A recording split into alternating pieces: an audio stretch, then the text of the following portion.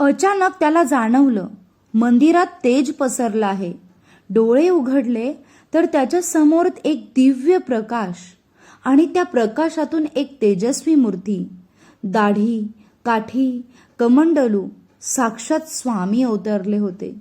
गणेश नतमस्तक झाला. शरीर थरथरत होतं. स्वामींचा आवाज आला, गणेशा, तू परीक्षा दिलीस आणि उत्तीर्ण सुद्धा झालास रे. श्रद्धा कधी सोडू नकोस बाळा. मी नेहमी तुझ्या पाठीशी आहे. क्षणात प्रकाश नाहीसा झाला, पण गणेशच्या मनात कायमचा प्रकाश निर्माण झाला. अक्कलकोटचा आधार.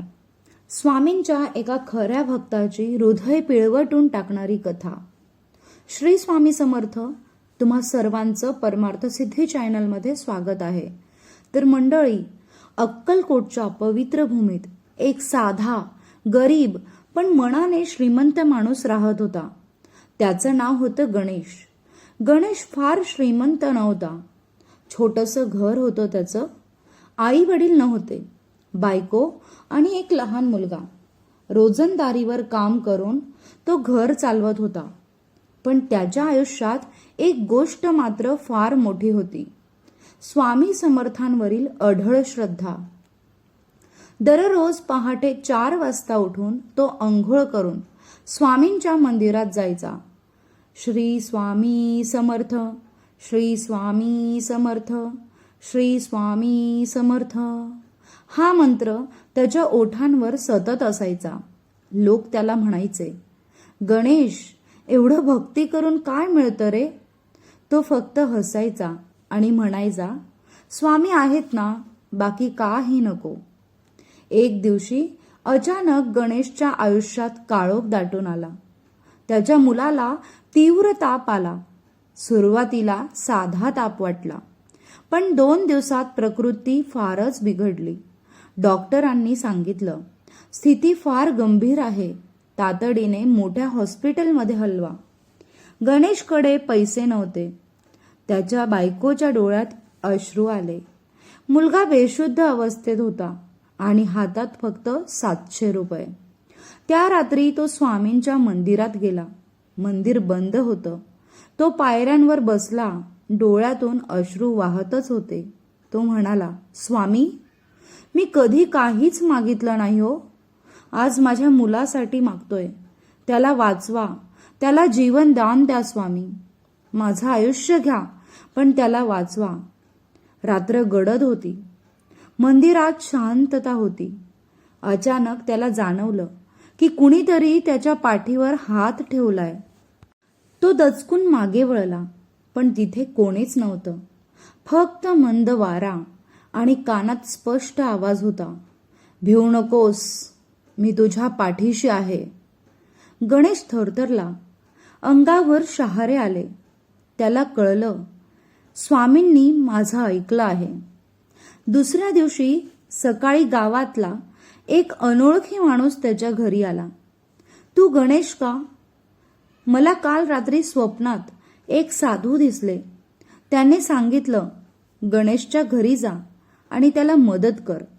त्याने 50,000 रुपये गणेशच्या हातात ठेवले. गणेशच्या डोळ्यातून अश्रू ओघळले. त्याला शंका नव्हती की हे स्वामींचं कार्य होतं. मुलाला शहरातल्या मोठ्या हॉस्पिटलमध्ये दाखल केलं. डॉक्टर म्हणाले, वेळेवर आणलत.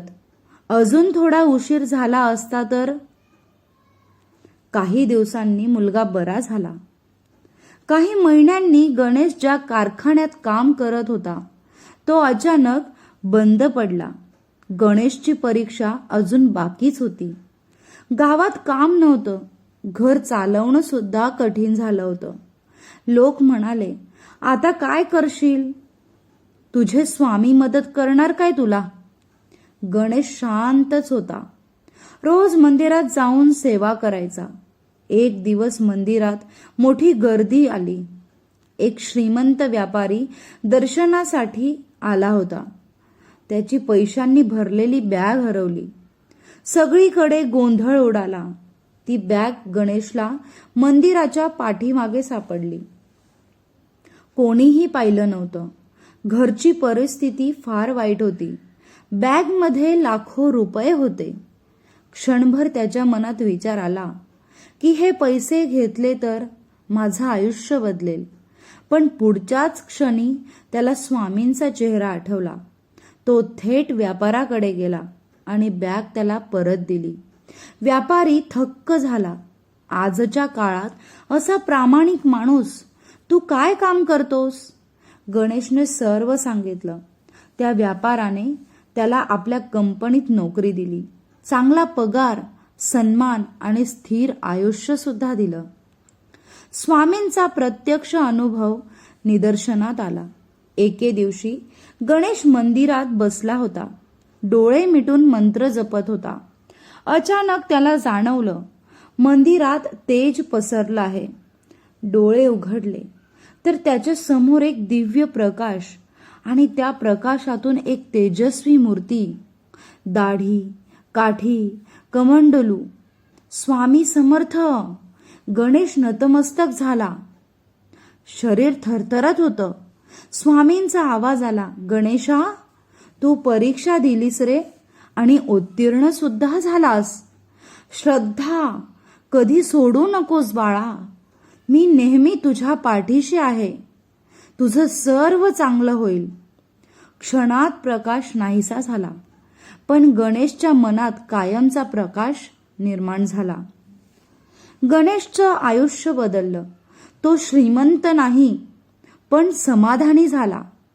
त्याचा मुलगा मोठा होऊन डॉक्टर झाला. त्याने गरिबांसाठी मोफत दवाखाना सुरू केला आणि तोही स्वामींच्या नावाने. गावात आजही लोक सांगतात, खरा भक्त कोण असेल तर तो गणेश. मित्रांनो, भक्ती म्हणजे फक्त मंदिरात जाणं नाही हो. भक्ती म्हणजे प्रामाणिकपणा. भक्ती म्हणजे संकटातही विश्वास न ढळणं. स्वामी म्हणतात, भिवू नकोस, मी तुझ्या पाठीशी आहे.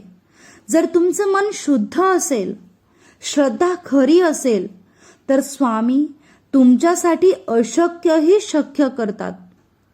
मंडळी, व्हिडिओ आवडला असल्यास, हा अनुभव आवडला असल्यास चॅनलला लाईक, शेअर, सबस्क्राईब नक्की करा.